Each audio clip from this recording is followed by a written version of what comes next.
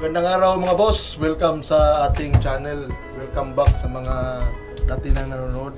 Sa araw na ito, ang ating video ay tungkol dito sa Envision na TV. Ito siya mga boss ay Android TV na nabili ko. I-review natin kahit paano. Kunting ano lang. Ayon sa, ito ay sa aking experience lang naman sa paggamit ko nito mga boss. Ang masasabi ko sa TV na ito, worth siya na 6,000 na bili ko. Okay siya mga boss para sa presyo niya. Yung Android na TV na ganito, 32 inches na, tapos Full HD yung kanyang resolution. Ang problema ko lang sa kanya mga boss, kasi may bata ako, ayan, nanonood dito. Hindi ko kasi siya ma-adjust na magbaba yung kanyang ano, hindi ko alam kung saan. Kung merong nakakalam, siguro i-comment nyo na lang sa baba, sa ating comment section. Hindi ko ma-adjust na pababain yung brightness niya. Medyo ano siya sa mata, masakit sa mata yung ano niya. Kasi ito lumalapit sa TV, hindi mo masaway. Kaya yan. So, yun ang isang problema ko sa kanya. Ayan mga boss, meron siyang dalawang USB. Nag-try ako kanina na nilagyan ko ng SSD na 1TB. Meron ako dyan, 1TB na SSD. So, nabasa niya mga boss. Papakita ko sa inyo mamaya. Tapos meron din siyang, ito yung kanyang mga Nord to connection, HDMI, yung RCA, ito yung sa antena niya kung gusto mo lagyan ng antena. Tapos meron din siyang yung RJ45 ba yung tawag niyang pang internet. Tapos yung antena na sa wifi, pwede mo siyang i-wifi lang. Mas maganda, mas malakas yung internet niya kung lalagyan mo ng wire talaga. Yung nakatiter talaga siya doon sa ating modem. So yan mga boss ang nasa likod niya. Tapos ito mga button. I-on natin siya mga boss. Meron siyang kasamang remote, ayan. On natin. Yan, yung logo niya. Tapos, medyo matagal-tagal yung boot niya mga boss. Medyo mahaba-haba yung oras na nagbo-boot siya. Wisdom Share Smart TV Android. Yung ating baboy-baboy yun, nandito na. Kasi alam na. Huwag maglapit sa screen ba? Yan kahaba yung kanyang loading, yung kanyang yan, ilang segundo kaya yun. So yan mga boss, mayroon siyang YouTube, Spotify, Netflix. Pwede ka ring maka-download ng mga app. Punta ka dito sa app section, yan ayan app section. Download ka dito ng mga app. Yung pwede lang sa kanya na app, yan lang ang naka-display.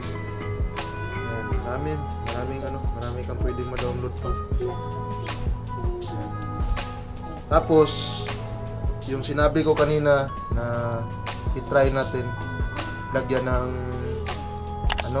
ito ang aking nilagay kanina. Sinubukan ko. Ito mga boss, ang aking 1TB na SSD. Yan. Saksak natin siya dito mga boss. Ito sa USB.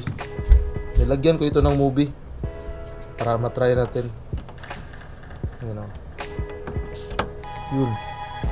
So, kaya niyang basahin yung 1TB na SSD mga boss. Maganda ang TV na to. For the price na 6,000. Yan o, open natin. Yun. Tapos, video. Try natin video. Yan siya. Ito, new volume.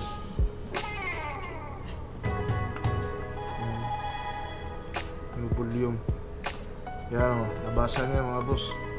Maraming laman yung 1TB ko eh.